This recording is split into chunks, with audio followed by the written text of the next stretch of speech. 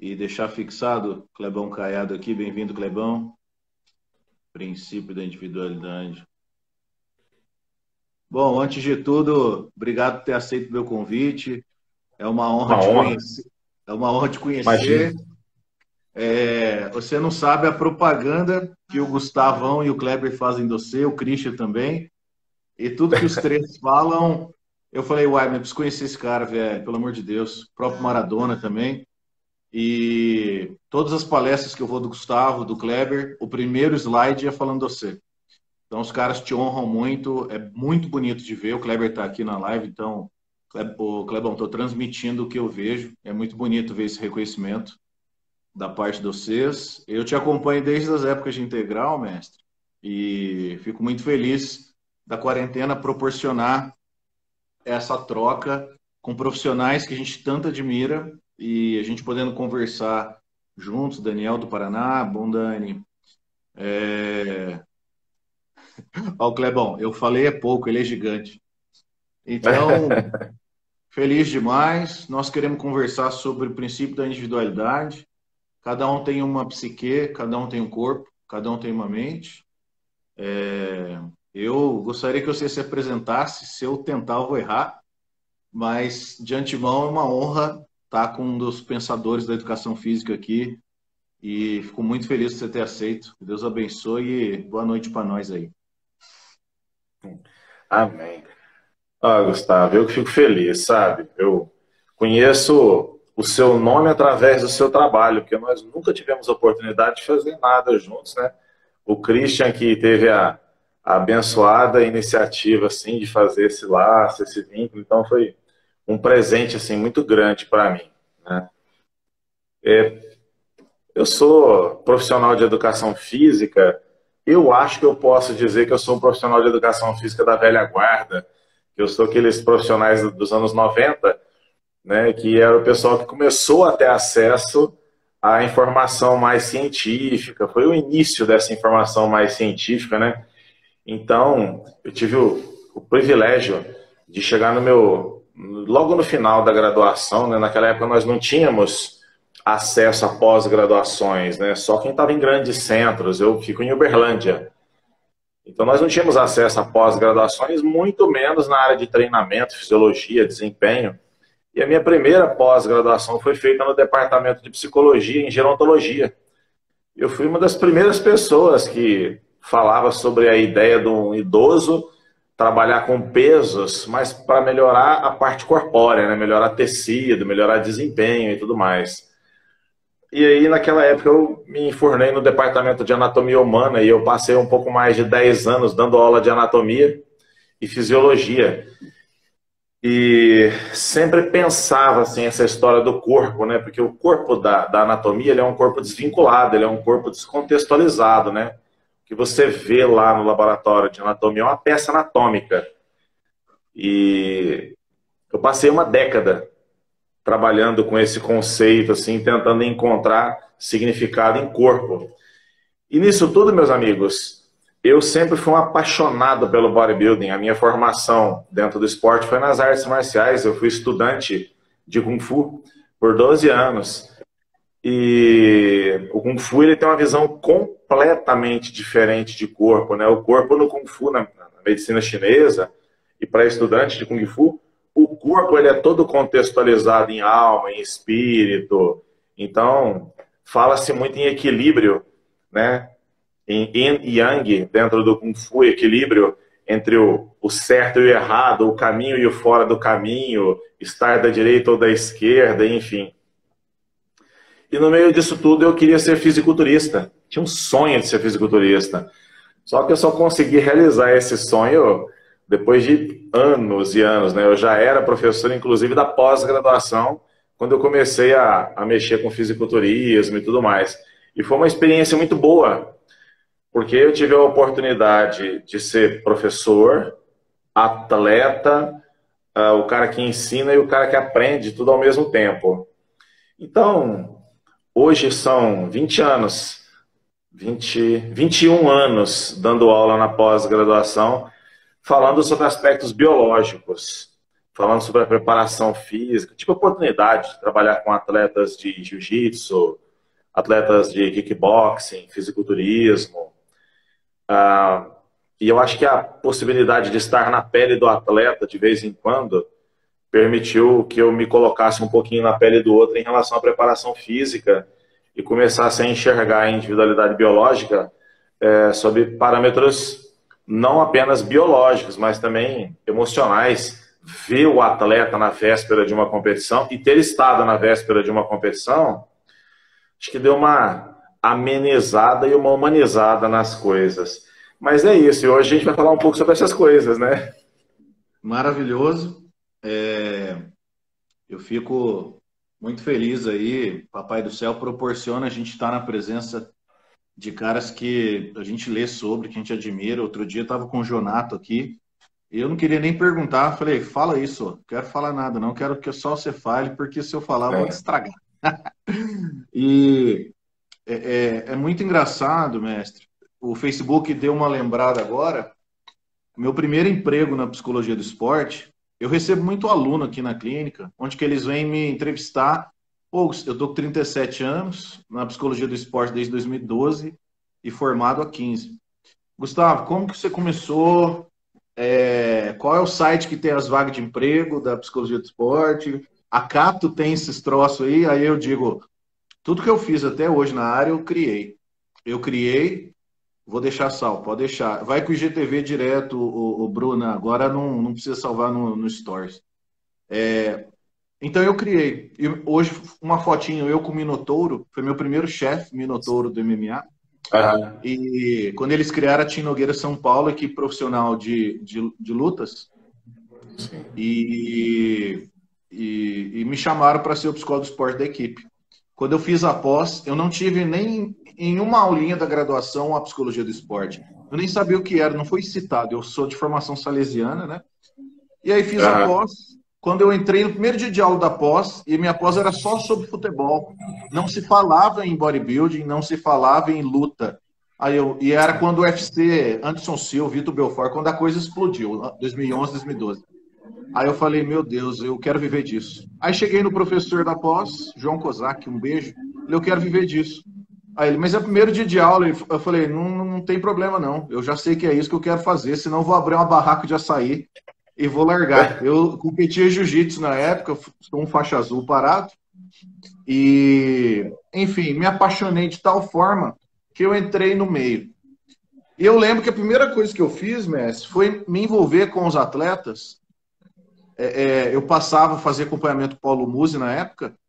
Então, eu falei, Paulo, eu quero que você me deixe nos cascos, porque eu quero que o atleta veja em mim um exemplo, eu quero pagar o preço. Eu vou treinar com eles, quero performar com eles. MMA não vou competir, porque eu não quero sair na mão, esse belo rostinho, mas em jiu-jitsu sim, beleza. E eu lembro que os atletas gostaram disso, me acolheram por isso. Pô, o doutor paga o preço, o doutor tá na nossa. E isso gerou aproximação. Não é só um cara, eu queria que o senhor falasse disso, não é só um cara teórico que chega versando sobre as coisas e não vive a parada. Então, quando você fala que você foi competidor, bem-aventurados que vivem e pregam o que vivem, né? Vivem e pregam. Então, acho que você viveu os dois lados da coisa, vive os dois lados, e isso gera muito mais credibilidade do que simplesmente você pegar um giz e escrever e ensinar a teoria, né?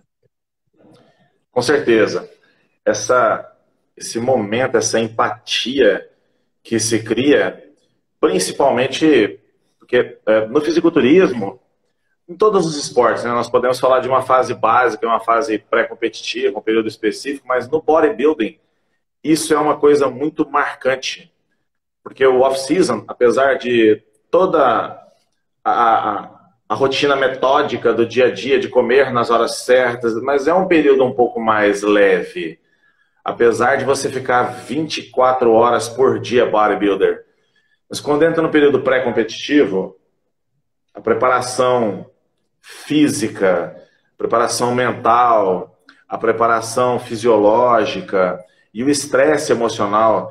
Porque imagina, você talvez tenha sido no país, né? Pelo menos no nicho onde você estava e perto dos seus professores, talvez você tenha sido o primeiro psicólogo Sim, a trabalhar com esportes individuais. sim. Eu sempre falo assim que a natação dos esportes individuais é o mais solitário, a natação. Mas o mais solitário que te expõe mais a críticas, talvez seja o fisiculturismo, o bodybuilding. Porque você vai estar expondo uma coisa onde você gostaria muito de ser reconhecido e aplaudido como todo atleta, mas não depende do seu desempenho, né? É uma avaliação subjetiva e você está, agora sim, voltando a falar de corpo, Gustavo, você está, entre aspas, nu, né? Você não tem jeito de colocar uma camiseta que valoriza o seu físico, uma cor que realça o seu físico. Você está de sunga, parado, e não tem assim, eu vou aqui, aí eu boto esse efeito do Instagram e vai ficar legal. Não. Você vai ficar na mesma pose que o seu colega de competição, que alguns chamam de adversário, e você vai estar parado na mesma pose que ele, e se o árbitro ficar com dúvida, ele fala assim, troca de posição os dois, que eu acho que a luz está beneficiando esse atleta aqui.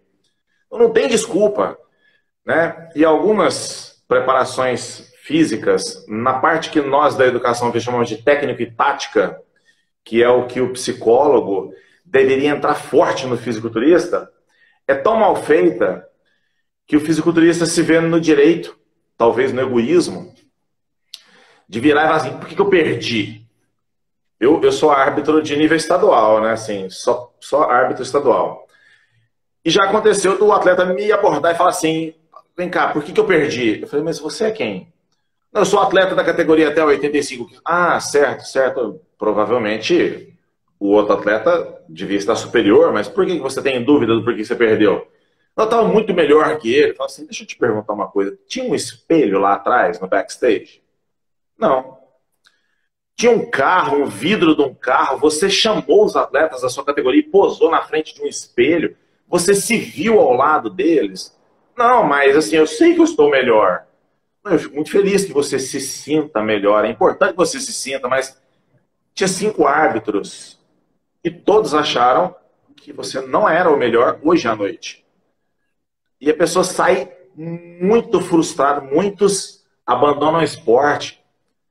Muitos, na segunda-feira, o Facebook estava detonando a federação, era árbitro em Goiânia, detonando a federação, falando mal do corpo de árbitros. E eu pensava, puxa vida, como é que pode trabalhar com a cabeça desse atleta para ele entender que durante algumas horas 5 pessoas treinadas para aquilo acharam que ele não era o melhor físico, o melhor atleta. E veja só, nós estamos fazendo uma avaliação que é subjetiva. Eu não finalizei, eu nem encaixei um golpe.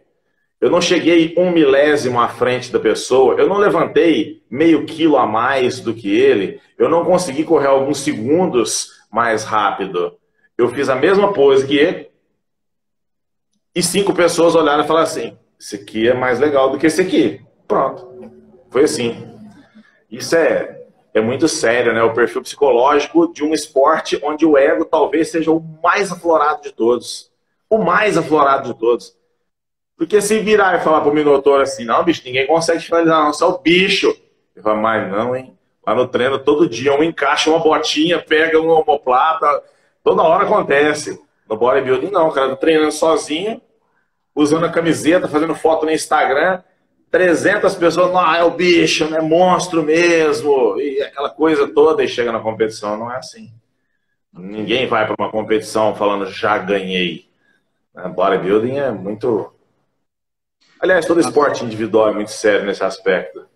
Dá para ver a sua paixão, e essa paixão contagia, ela ferve a gente aqui do outro lado. Quando eu falo de bodybuilding, eu estou falando diretamente da conexão mente-corpo, da conexão mente-músculo, onde os dois têm que estar realmente interligados. E eu me lembro de um curso do Maradona que eu fui dar uma aula dos 4 pilares da qualidade, meu tema de pesquisa. E aí eu pedi para uma atleta de Nova Serrana, Paulinha, que é atleta dele, eu pedi para a Paulinha ir lá, aí eu li, eu não sei de cor, então não vou me meter, eu li para ela as poses da Wellness e pedi para ela ir vivendo as poses para mim. Aí era um público bacana, o público falou, pô, Gustavo, por quê? Eu falei, porque ela estava em pré-contest, já estava bem, já estava mais seca. Aí eu falei, ela está trabalhando para mim, fazendo para mim, né? Nós chamamos isso de vivência visomotora, é um protocolinho da psicologia do esporte, onde que ela fazendo para mim, ela está imaginando o palco.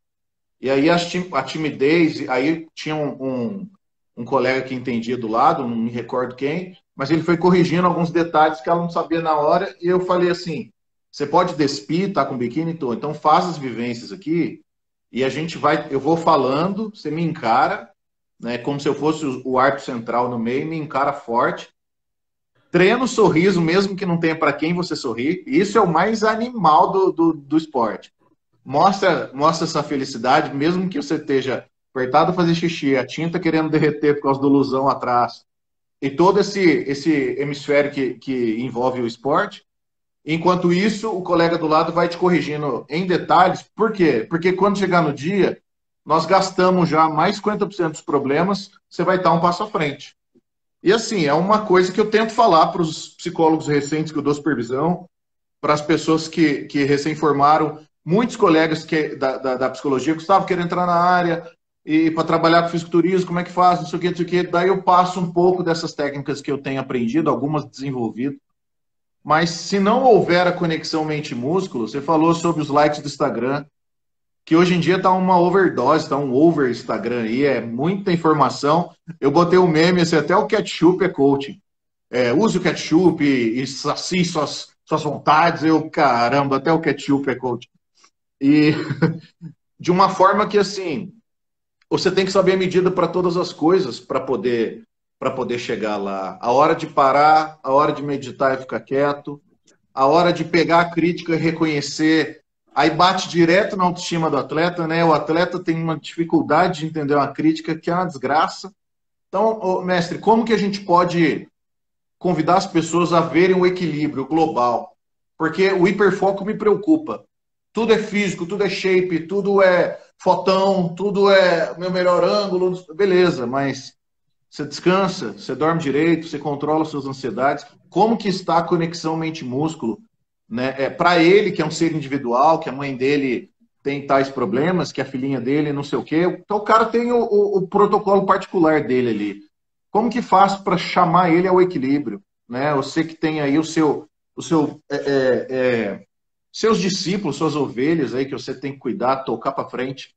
Qual é o lance para essa galera entender que a conexão tem que existir? É muito legal falar disso, porque assim, primeiro, se a gente puder se ater assim, só por hoje, no bodybuilding, que eu acho que é onde as pessoas estão mais se identificando nessa atmosfera nesse momento. Existem os entusiastas e existem fisiculturistas. Okay. Fisiculturistas são criaturas de hábito. Se você muda alguma coisa no universo do fisiculturista, parece que você está mexendo numa pessoa que tem um toque, assim. Você abalou muito, fez muita coisa, sabe assim, não vamos treinar peito hoje não vamos treinar perna, pronto, matou a pessoa. Né? Aquilo para ele é um problema assim, não vamos fazer supino não, vamos começar pelo crossover. Matou, destruiu, piorou mais ainda. E as pessoas, elas estão indo na pegada dos fisiculturistas, mas fisiculturistas, acima de todas as coisas, são atletas. E atletas competem. Existem iniciantes, isso é coisa do American College of Sports Medicine, existem iniciantes, existem praticantes intermediários, existem praticantes avançados e existem atletas. Atletas diferem de praticantes avançados porque competem. Então eles têm ansiedade pré-competitiva, eles têm toda uma atmosfera de cobrança ao redor deles para a competição. O que os entusiastas estão fazendo, Gustavo? Eles estão gerando uma atmosfera de ansiedade em cima deles que ninguém está nem aí para eles. A grande verdade é assim, você não compete, ninguém está preocupado com o seu desempenho, porque assim, você digita um outro nome de alguma pessoa que também você não sabe nada dela, e tem um físico tão bom quanto. E nós estamos perdendo uma coisa muito forte, que é a espontaneidade. Né? Se você quiser ver a pessoa num momento tranquilex, você não consegue ver, sempre ela tem que estar com o cabelo, tem que estar com a pele, ela coloca um efeito na foto, é uma coisa artificial, e a gente olha assim, olha, Se você prestar atenção, as fotos mais legais das supermodels eram em momentos espontâneos, que elas estavam dando uma gargalhada, uma coisa completamente assim, calça jeans e camiseta branca, com um boné enfiado na cabeça, e todo mundo achou a coisa mais linda do mundo. Essa espontaneidade, ela tem se perdido em treinos. A pessoa deixa de fazer, por exemplo, uma aula maneira, uma aula interessante de dança de salão, que era uma coisa que ela gostava de fazer, porque uma blogueira, uma pessoa influenciadora, disse que fazia musculação 10 vezes por semana, ia de manhã, de tarde, de segunda a sexta. Ela, é isso que eu vou fazer também. Quando você perde essa individualidade, quando você já não sabe mais onde é que você estava, você não tem nem para onde você caminhar.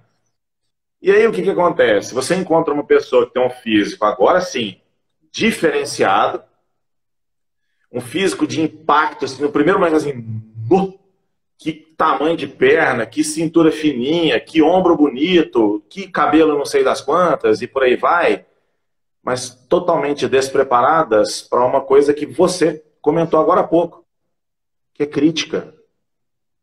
Atletas sérios são criticados, eles treinam para a vitória, se preparando para a derrota. Uau. Então, por exemplo, eu perdi 1 milhão de vezes. No Kung Fu eu não tive esse prazer da experiência da derrota. Mas no bodybuilding, eu não tenho uma genética de... Pô, você falou do Marado agora mesmo. O Maradona, ele é incrível, né? Eu sou fã dele desde quando nós nem nos conhecíamos. E eu não tive isso no fisiculturismo. Então eu perdia para pessoas que olhavam assim, não acredito, né? Mas uma coisa, eu sempre fui o primeiro a ir lá e pegar na mão dele, aí eu abraçava e chegava no ouvido dele e falava assim, o ano que vem a gente se encontra. Porque eu tinha uma missão naquele próximo ano. Eu tinha que melhorar isso, que o árbitro me explicou. Olha, o cara era maior que você nisso, mais definido nisso, você posa muito bem, mas fica pequeno nesse aspecto. Eu tomava nota disso. E eu fazia isso uma coisa concreta, eu tomava nota e colocava na minha frente, eu tinha que ler aquilo. Eu enxergava aquilo. Eu falava, eu vou trabalhar isso aqui, que é isso que está faltando. Ótimo. Mentalização, e foi assim, né? até eu consegui o título de melhor atleta do estado de Minas, 2012, 2013. E depois de ter conseguido isso, eu falei, bom, assim, agora sim, eu preciso de outras coisas. Porque estava 8 anos na minha cabeça, você precisa voltar a competir, você precisa voltar a competir, precisa voltar a competir. Depois da competição, eu falei assim, agora a gente volta a trabalhar, volta a trabalhar, volta a trabalhar, volta a trabalhar. E as pessoas que eu trabalhei, eu tive a oportunidade de trabalhar uma menina, você comentou de uma aluna que era uma atleta da Wellness. Eu tive a oportunidade de treinar uma pessoa que nasceu para ser Wellness. Quando ela me procurou, eu falei assim, chama seu pai aqui.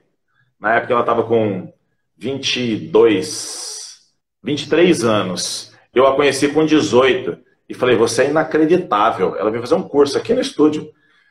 E eu olhei e falei assim, meu Deus do céu, que é isso? Ela voltou com 23, 24 anos, falei assim, chama seu pai aqui. Eu sentei com o pai e com a mãe dela, falei, deixa eu falar uma coisa para vocês. A sua filha, ela tem a oportunidade de ser a melhor atleta do país. Nessa categoria. Abre os vídeos para eles verem, nossa, mas é muito bonito. Falei assim, essa categoria chama Wellness. E a sua menina, ela tem a condição de ser uma das melhores atletas. Em termos físicos, ela tem uma das melhores condições para chegar nesse esporte.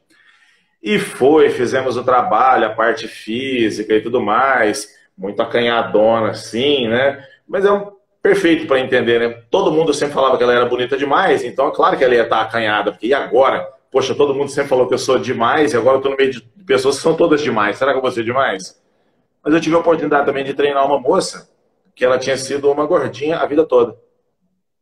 E treinei até ela se tornar uma campeã estadual da Wellness. São 2 perfis completamente diferentes, né? Uma, porque estava assim, muito acostumada a ser, entre aspas, né, a fodona, e outra porque estava acostumada demais a ser a pessoa que passava e ninguém via. Né? 2 buscas completamente diferentes para a mesma praia. As 2 estavam nadando em oceanos diferentes, mas elas iam acabar chegando na mesma praia, que é competir num dos esportes que tem a exigência mental mais árdua dos que eu já tive a oportunidade. Porque nas artes marciais, se você for um pouco malandro, assim, você pega o jogo do seu oponente, assim, você consegue fazer um contrassenso e anular a jogada dele, você consegue mudar a perna, você muda o seu jeito de fazer. No bodybuilding não tem mais. Né? A hora que você vira de costas e posa, você fala assim, nossa, eu devia ter treinado mais a minha panturrilha. Pensando, tá posando ali e fala assim, nossa, pensando bem, não treinei costas o tanto que eu deveria ter treinado. E só tem uma pessoa responsável pelo seu sucesso e pelo seu fracasso naquele instante. Você não tem como falar que não tinha equipamento para você chutar, que no dojo não tinha parceiro de treino, que você não tinha ninguém para fazer um chão de qualidade. Você não tem quem culpar. Você tem que olhar e falar assim, bom, amanhã é segunda-feira e eu estou na academia de novo. Boa. Tem um caso que me vem no coração para comentar, mestre.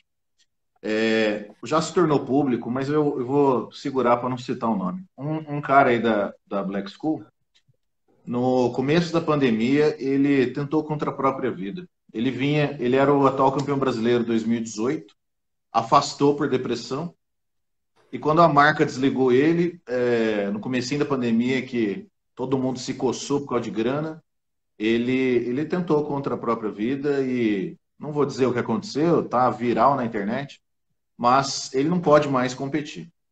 E aí eu entro num problema grave do nosso esporte, porque eu entro no caboclo de treino avançado, que eu não compito e não tenho vontade, mas eu treino 6 vezes por semana, faço 3 cards por semana, gosto da vida bodybuilding, mudou minha vida. Isso papo para um outro dia, mas como que a gente faz com essa geração Instagram? Porque o atleta, o alto rendimento, o atleta top de linha também, tá aqui a Aline, é o wellness psicóloga, a esposa do Rodrigo Coelho, um dos melhores de Minas, um dos melhores... Meu amigão. Um monstro sagrado, ele adora você, já trabalhei com ele, mas é um cara de pouca mídia. Eu tenho liberdade, meu querido, porque ele não apela, ele é tão focado nos alunos dele, é tão focado em ser atleta, ele é do Elite Pro IFBB, monstro sagrado da Classic Physique.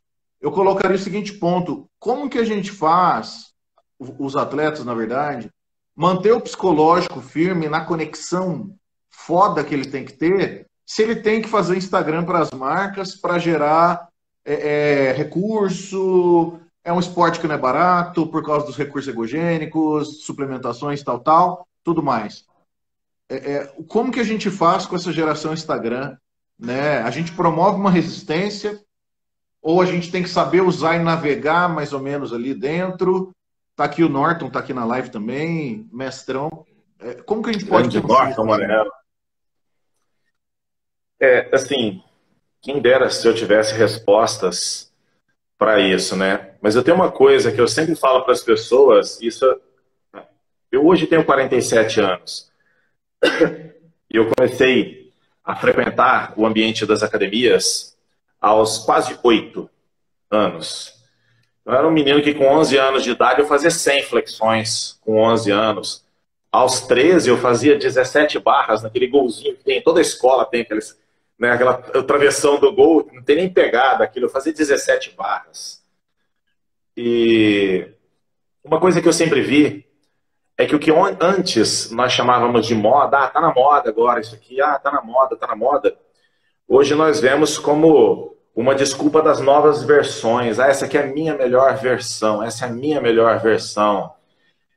Bom, o que eu percebo é que quando eu estava saindo da faculdade, um professor chegou no Brasil aterrorizando com musculação e uma coisa muito hardcore e não sei o que, e parará. E logo que eu comecei a ministrar cursos, eu comecei a dar curso em 98, eu comecei a ministrar cursos. E muitas pessoas, nossa, é igualzinho fulano, porque vocês não dão curso junto. Não, nós não somos iguais. Ele acredita no bodybuilding, eu acredito no bodybuilding. Mas nós fazemos coisas bem diferentes, assim, não é a mesma coisa. Eu, apesar de gostar e acreditar do bodybuilding, eu falo de grupos especiais, eu acredito muito em musculação para terceira idade, eu gosto de treinamento científico, e não vou falar apenas de fisiculturismo.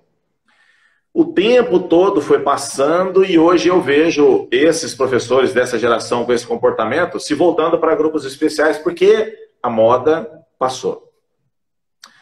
O que tem acontecido é que as pessoas, elas estão mais ou menos assim, sendo fruto de um determinado momento que o Instagram causa, que o Facebook causa, que a internet causa. E elas não estão sendo promotores do que causa a mudança, mas elas estão sendo mudadas por alguma coisa que é o promotor e que elas nem conhecem.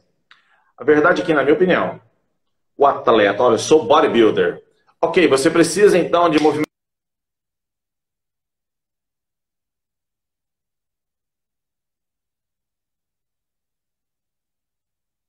Ser focado, ok, divulgue o suplemento, fala que ele faz bem para a sua saúde, fala o que te ajuda nesses, e não misture o seu físico, o que você vai apresentar na noite da competição.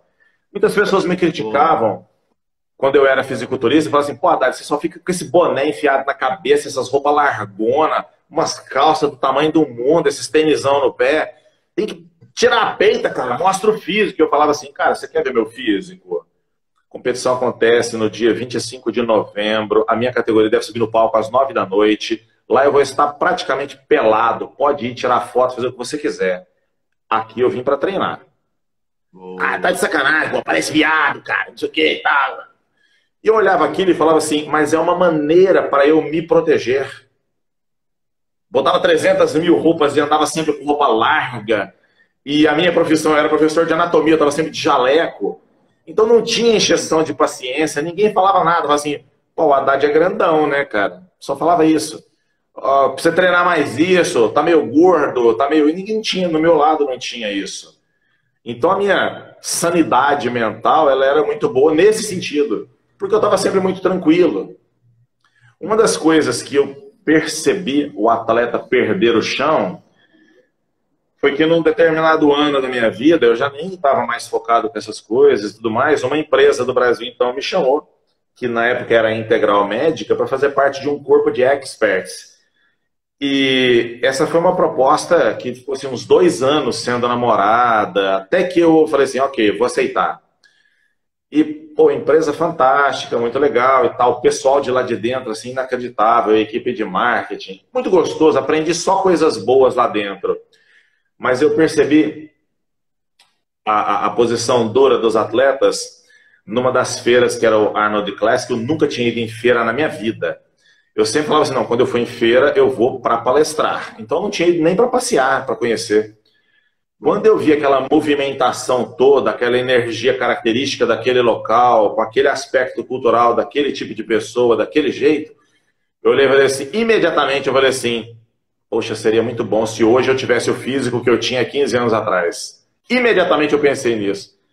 Porque ninguém estava preocupado se você era expert, se você era médico, se você era bioquímico, farmacêutico. O pessoal queria ver o frame, o shape da pessoa. Isso. E eu, já na idade que eu estava, já com tudo que eu já tinha feito, eu fiquei incomodado. Eu imaginei os atletas, como é que eles estavam, então. Então, talvez, se os atletas fossem orientados a não expor tanto a sua moeda de troca no Instagram. Qual que é a moeda do atleta? Olha, se você é um karateca, a sua moeda é a hora que você está lá no meio do comitê. Então, vai falar da sua saúde no Instagram, vai falar de coisas, mas não fale da luta em si. Se você é bodybuilder, sabe, guarda um pouco o seu físico, porque na verdade o seu físico ele só importa na noite da competição, ele não importa aí no Instagram. Tem pessoas que não são fisiculturistas em essência e que no Instagram são considerados dragões do fisiculturismo. Exato. Você fala, mas eu nunca vi esse cara competindo. Como que esse cara é fisiculturista de competição se ele não compete? Porque uma coisa, no Kung Fu, o meu Shifu ele falava assim, esses aí são leões de treino. Eu tinha já uns 16 anos, eu já era muito forte, assim, eu tinha aptidões físicas que me colocavam no patamar que o nosso projeto era ir disputar campeonatos mundiais. E ele falava assim, você precisa desse irmão de treino. Eu falava, mas por que ele? Ele nem compete, eu falava assim, é um leão de treino. Esse é o cara que consegue te nocautear. Eu falei, jamais ele vai encostar em mim. Ele falava, não, na competição ele é amarela, mas aqui dentro, se ele partir para cima de você, é perigoso ele ficar pau a pau contigo. Só que eu era muito confiante, eu falava assim, mas não vai conseguir nunca. E hoje eu olho para trás e falo assim, aqueles meninos lá, qualquer um deles podia me vencer. Eles não me venceriam numa competição. Por quê? Porque eu tinha um ritual na manhã da competição. Eu acordava, eu ia passar o meu kimono, eu ia fazer tudo do jeito que eu fazia sozinho, antes de todo mundo acordar. Eu ficava enxergando os movimentos que eu ia fazer na luta. Eu era um lutador canhoto, numa década que ninguém sabia lutar com canhoto. Então eu imaginava as lutas em câmera lenta enquanto eu ia passando a roupa. Aí eu ia a pé para a academia, andando, sem conversar com ninguém, porque era muito cedo. Entrava no ônibus, eu ia lá no banco do fundo e eu fingia que estava dormindo e ficava enxergando a luta em câmera lenta, porque eu sou ansioso. E eu sabia que isso me fazia muito mal se eu ficasse conversando com as pessoas. Então eu só começava a conversar quando eu chegava no ginásio. Porque o pessoal começava a gritar demais, e a hora que falava o nome de quem ia lutar, virava aquele desespero no meio da arquibancada e tal. Só que ali a minha cabeça já estava no lugar. E eu percebo que proteger a cabeça nessa hora ajuda demais. E fisiculturistas precisam muito disso. Precisam disso no seu dia a dia, principalmente os meninos que competem e que têm empresas patrocinando, as meninas principalmente, porque algumas têm usado uma moeda de troca que descaracteriza o esporte mais bonito da minha vida, que é o fisiculturismo, e elas acabam se expondo e a gente olha e fala assim, não podia fazer isso não. Isso, o que ela faz na vida pessoal, isso não pode ser a vida esportiva. São coisas separadas. E Gustavo, a cobrança não é a mais pesada. Não é que você vai fazer de mim, Dade, achei que você era maior. Eu vou olhar para você e falar assim, desculpa, Gustavo. O duro é quando eu olhar para o cara do espelho e o cara do espelho falar assim, você podia estar maior, hein? Se você tivesse dormido melhor, se você tivesse comido melhor, se você tivesse treinado que nem homem. O duro é isso. E por que eu vejo alguns atletas pirarem e aí chegar até uma condição de autoextermínio absurda, assim, eu não sei qual foi o caso, mas é porque tem uma coisa que é arrependimento. Tem outra coisa que é remorso, desespero. Aí é difícil. Eu posso estar arrependido e falar, Gustavo, você me perdoa aí, cara, estou muito arrependido do que a gente falou, do que eu te falei aquele dia, me perdoa e tal. Outra coisa é eu começar a me remoer no remorso e eu não me perdoar do que eu te falei, e aí eu não vou conseguir entrar debaixo da barra de supino para treinar, eu não vou conseguir encarar mais um Protan para competir, porque eu falei alguma coisa, ou aconteceu alguma coisa, né? Isso tem sido um problema na vida de, não só de atletas, mas eu vejo isso em cantores, pessoas que são personagens famosos de televisão. Isso é uma coisa muito séria. Talvez, se já começasse desde da categoria estreante a ter oportunidade de bater um papo com a rapaziada mais jovem que chega, seria mais fácil prevenir esses sofrimentos todos que a gente vê por aí, né? E é nisso que eu acho. Eu tive um grande amigo que competia no estado de São Paulo, Edilson Oliveira, que ele era muito reservado. E é nisso que eu acho que é uma grande vantagem do Rodrigo, né? Que você está citando o Rodrigo Coelho, meu amigão. O Rodrigo, ele está num lugar que protege muito, que deixa ele muito reservado, muito focado nas coisas dele. Quando ele se mudou para Goiânia, eu acho que eu fui a primeira pessoa que telefonou para ele. Falou, Rodrigo, é tão importante assim para você morar na capital, porque você tem tudo que você precisa para ser campeão onde você está. E uma capital, ela pode oferecer a possibilidade do que você precisa. E foca é uma coisa muito importante, né? Focar em coisas que são importantes, focar no treino, focar na alimentação, no seu trabalho, né? E quem está você trabalha num grande centro, para você focar no seu trabalho morando num grande centro, esse foco ele custa caro. Sim. Porque você tem que se desconectar. Quando você mora num lugar mais calmo, você não precisa se desconectar. Tudo é muito mais tranquilo, você fica focado naturalmente naquilo que você gosta. Uhum. Pelo menos assim, é a minha visão de professor de educação física, né? Sem dúvida. Tem umas perguntas para você, professor. Por exemplo, coisa boa. Márcio, você acha que o fisiculturismo pode fomentar o desenvolvimento de uma dismorfia muscular? Fisiculturistas são pessoas que trazem um perfil dismórfico em diferentes aspectos. Alguns trabalham isso e conseguem alavancar a sua vida e produzir coisas boas, e inclusive influenciar positivamente as pessoas que estão ao lado deles. Mas muitos fisiculturistas, nessa busca pela suposta perfeição, eles acabam exacerbando esse dismorfismo, mesmo sendo campeões. Quando você os encontra fora dos palcos, o estilo de vida deles e o comportamento dele diante de situações corriqueiras é amplamente reprovável. Isso, eu estou falando de atletas da Open, da Sênior, mas eu vejo isso nas categorias femininas, eu vejo atletas da Bikini com comportamento reprovável, atletas da Wellness, os meninos da Men's Physique, são campeões em cima dos palcos. Em cima dos palcos. Exato. Uma pergunta ótima aqui do Zitão. Hoje a essência virou negócio? A essência jamais vai ser um negócio. Boa. Presta bastante atenção. Valores. Os valores... Zitão, eu conheço o Zitão aqui do nosso Instagram. Valores não são negociáveis. E a sua essência, ela está nos valores que foram passados para você. Na Bíblia, fala-se de maldição hereditária.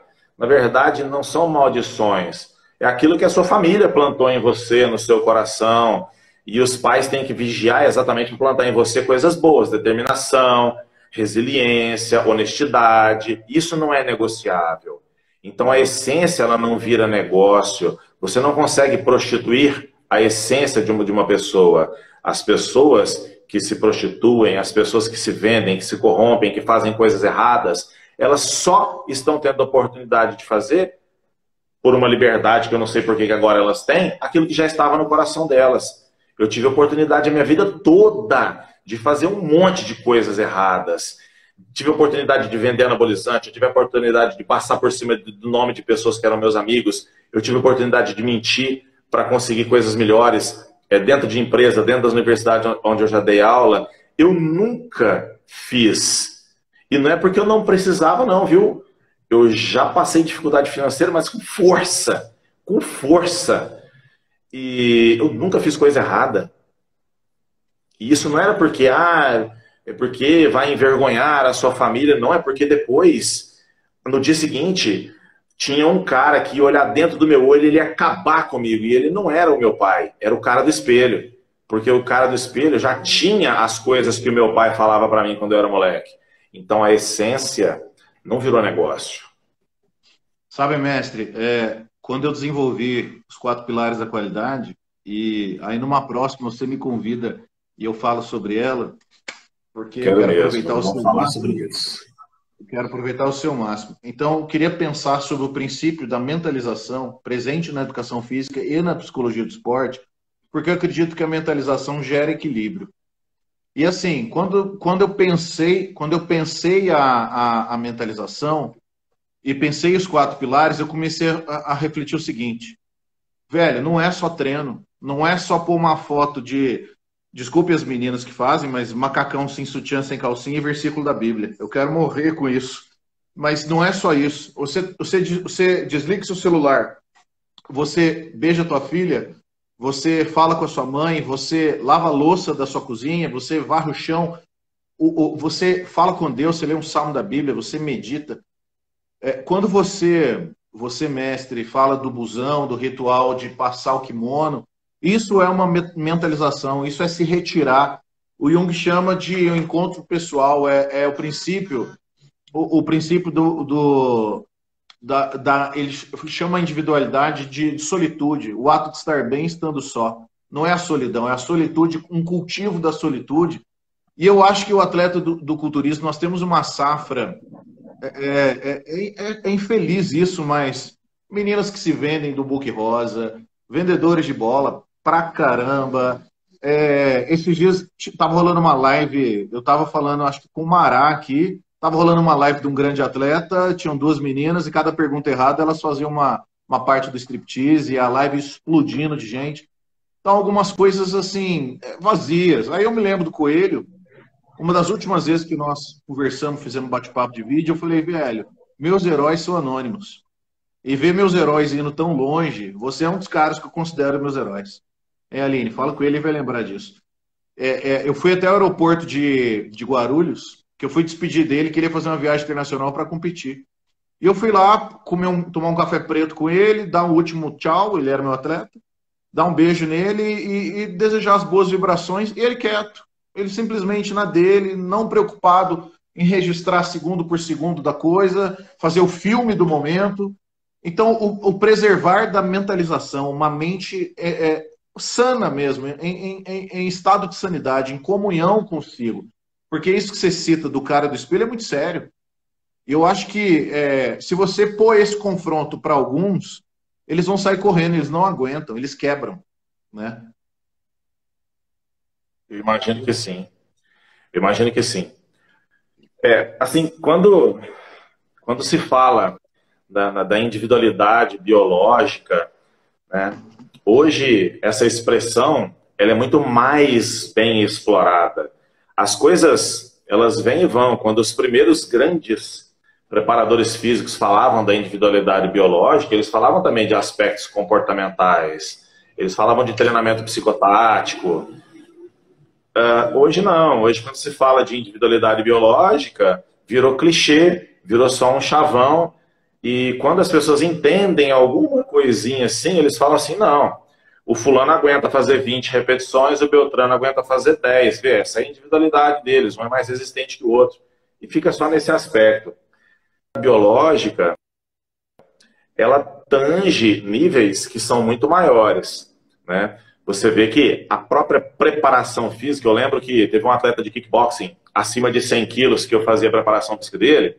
Na época eu era mais novo, então assim, a minha parte física ela era muito forte. E quando ele ia fazer os exercícios de solo, alguma coisa, eu botava meus cascos lá no chão e começava a fazer com ele assim. E muitas vezes eu estava fazendo flexão, eu encostava minha testa na testa dele, fazendo flexão junto com ele. E a hora que ele ia falando, eu falava assim, deixa isso para quem vai perder, para você. Sabe aquela coisa de entrar dentro da mente do cara na hora que ele está sentindo dor, assim? Porque eu sabia, ele ia lutar com um cara que pesava 130 quilos. E no kickboxing você não tem muito recurso. Você vai tomar soco de um cara de 130 quilos. Você não vai agarrar, você não vai pôr para baixo. E eu precisava fazer ele se tornar duro, né? E o Chicão ficou extremamente duro naqueles anos que nós trabalhamos juntos. E, curiosamente, uma vez a gente foi dar uma palestra juntos, e aí alguém perguntou assim, o que te faz continuar? Ele falava assim, é que na hora que eu tô apanhando, eu escuto a voz do Haddad na minha cabeça, falou assim, deixa isso porque vai perder para você. Eu me emocionei muito na hora da palestra, porque, na verdade, eu estava falando para ele uma coisa que eu falava para mim quando eu tinha 13 anos, eu não tinha ninguém para falar isso para mim, mas eu criei isso comigo, falava assim, não, deixa isso pro cara que vai sentir o peso do meu chute. E ficou assim, né? E isso foi muito forte. Mas assim, como eu estava falando antes para você, que existem ciclos, essas modas, elas vêm e vão, vai surgir um levante. E esse levante não é uma coisa intencional, pessoas com bandeira, falando abaixa o físico, viva o gordinho. Não, não é disso que eu estou falando. Mas vai surgir um levante naturalmente, porque as próprias pessoas que amam treinar lutas, bodybuilding, ginástica, natação, a própria energia que esse público que hoje aparece, que é o público da menina que fez o strip no Instagram, quando elas fazem isso, tem uma energia circulando nisso, sabe? Ela chocou você tá falando isso pra mim, eu tô imaginando a cena, eu estou chocado aqui, e eu vou jogar isso na minha esposa, ela vai falar disso com alguém, que vai comentar com alguém, que vai falar com alguém, e vai gerar uma contraproposta natural, e vai surgir uma geração, em breve, de pessoas nas mídias sociais um pouquinho mais cara fechada em relação a isso. Escreve isso que eu estou te falando, Gustavo. Você vai ver em muito pouco tempo um levante, um anti-foto de bumbum de meninas sérias. Meninas sérias que querem mostrar um trabalho e não ganhar seguidores. Meninas sérias que querem mostrar um resultado e não ganhar likes. Atletas sérios que estão querendo mostrar o desempenho e não conseguir patrocínio de empresa. Esse levante, ele vai acontecer. É como se fosse aqueles autoramas, aqueles carrinhos de autorama que tinha antigamente, fica dando volta e tá passando sempre pelo mesmo lugar. Só que na vida, na hora que passa pelo mesmo lugar, muda de cara. Muda de cara porque a pessoa não aguenta mais ver aquele carrinho passando com aquela cara de novo, né? Então aqueles hashtag nothing but fit, isso vai morrer, vai desaparecer. Não, muito mais do que fit. Tem cabeça, tem coração, eu sofro, eu supero, eu quebro isso aqui tudo, eu me refaço, eu me reinvento, eu entorto e quando volto, eu volto melhor do que estava antes. Isso vai acontecer em muito pouco tempo. Não vai mais ter espaço para tanto fio dental em Instagram que ninguém mais vai aguentar ver isso. Porque as pessoas estão cansadas de saber que tudo é só aparência e continuam comprando a aparência. Isso tem gerado frustrações gigantescas. Grande prova disso é que você vê que as feiras de fitness, que eram lugares extremamente abarrotados de pessoas, nos últimos 3 anos já foram um fracasso de público. Foi. Porque ninguém aguenta mais aquilo. Sabe? Você olha e fala assim, de novo essa fila com um monte de garota querendo tirar foto ao lado da campeã da Wellness. Vocês não estão vendo que vocês são diferentes delas? De novo esse gordinho careca socando bomba em você e mandando você tirar foto ao lado da mulher lá para ver se ele está pegando uma igual a campeã que ele fica seguindo no Instagram de madrugada. Que coisa cansativa isso. Então o mundo está percebendo que está pesado. E pode prestar atenção, eu via isso nas feiras, eu acho a coisa mais engraçada, Gustavo. Tem uma menina toda bombada ao lado dela, tem o marido dela gordinho, careca. Você fala assim, ele tá jogando nela o que ele não conseguiu fazer no físico dele, aí ele cobra dela um físico perfeito, tá botando ela para tirar foto ao lado da campeã, deixando a mulher dele neurótica, e a gente olha e fala assim, as pessoas não aguentam mais isso. Exato. Ninguém quer mais isso, sabe? As pessoas querem mais romper barreiras. Quando eu vou, mestre, eu dou um jeito de ficar só na sessão de cursos, não desço lá na área comum, porque aí os meninos regata fio, mostrando o peitinho, e sacando da cumbuca de batata doce para mostrar que faz dieta. Eu não quero saber que você faz dieta. Faça a sua dieta na sua casa. Aí os caras levam a colher e a cumbuca e aquela papa, e você chega a ver seres bizarros, assim, mulheres que já não são nem um Cizik mais, nem a antiga Open da época antiga, coisas metamorfosas. Não categoria, não é o bodybuilding? Uns Power Rangers esquisitos, assim, você fala, mas o que é isso, meu Deus? E eu acho que a gente está, eu digo amém para essa sua fala, quase que uma profecia, e eu faço parte disso, assim, Kleber, Maradona, Gustavo, o pessoal da velha escola, Jorlan, que eu acompanho tanto, caras que eu admiro, o próprio Christian que está aqui, eu quero ver essa onda, eu quero fazer parte dela, porque entrar nos canais de YouTube relacionados e ver briga embalada, ver ensinando a aplicar as ampolas, pelo amor de Deus, isso é estrume para o esporte, e eu acho que isso tem que acabar mesmo. Por isso que eu realmente apoio tudo que você está falando com todo carinho do mundo mesmo. É tão mais gostoso. Aline, mulher do Haddad, Aline, mulher do Rodrigão, está dizendo. Rodrigo. Com certeza, o banal se tornou normal. Acredito sim na sua colocação, Haddad. Porém, o que vem acontecendo são pessoas apontando e julgando. A maldade está alta. Nós precisamos do equilíbrio. Mas o equilíbrio vem. O equilíbrio, ele vem. Tão certo como depois da noite vem o dia, depois de muitos vem coisas boas, sabe? Então, assim, vão surgir pessoas muito mais sérias em todos os esportes, sabe? De novo, vão voltar a aparecer lutadores mais raiz das artes marciais, porque depois que tudo virou MMA, você vem de qual que é a sua raiz? Não, eu sou do MMA. Não, mas você graduou em quê? Não, em plantação de tiririca, meu negócio é MMA. Não, o teu primeiro chute, bacana, quem que te ensinou? Foi um sensei, foi um shifu, foi o mestre da capoeira, quem que te ensinou? Não, eu entrei na academia de MMA e é isso aí, tô muito doido, e eu tenho uma tatuagem de capeta na cara, e eu cheiro o chifre do capeta porque eu luto mesmo. Não. Ninguém aguenta mais isso. Né? Primeiro vieram as pessoas que tinham raiz demais, e aí não era aquela coisa que o MMA representava, aí veio um levante, surgiu gente que era MMA puro, não tinha raiz de judô, não tinha raiz de nada, desvirtuou, começaram a aparecer pessoas criminosas, porque não tem raiz de arte marcial. Não foi aquele molequinho de 5 anos que o professor teve que ajoelhar na frente dele para ensinar ele a dar o nó na primeira faixinha dele, assim, no kimoninho, sabe? Não tinha um pai que levava ele de chinelinho e desçava na porta da academia lá, assim, o molequinho ia lá de faixinha branca, e entrava no tatame. Ele não teve isso. E aí você vê campeões que têm bolsas milionárias no MMA, eu tô tentando lembrar o nome daquele ruivo britânico que ganha um dinheirão e tal, e você olha... McGregor. Um talento que o talento é tão grande que ele não cabe dentro dele, ele extravasa isso de uma maneira ruim com as atitudes sociais, e você olha e fala assim, pode deixar você milionário, mas você envergonha a tudo e a todos que estão ao seu lado, mãe, pai, irmãos, as pessoas que dependem de você, ninguém vai se aconselhar com você. A coisa mais gostosa, eu lembro de uma vez, um congresso de musculação que eu fui palestrar, e aí o pessoal ia jantar depois com o Steven Fleck, com o Scott Powers, e o Charlin falou assim, Haddad, eu vou numa academia ali treinar uma perna, você não me dá uma moral, não? Eu falei, agora. Rapaz, isso é a coisa mais engraçada do mundo. Eu de terno e gravata dentro da academia, treinando a perna do Charlin, Maradona treinando o peito do lado, assim. E eu falei assim, ô Marada, você acha ruim trocar ideia de treino? Ele, não, cara, o que foi? Eu falei, bicho, você experimentou fazer assim? Ele, não, bom demais. Uma vez eu fiz assim, falei, deixa eu ver também.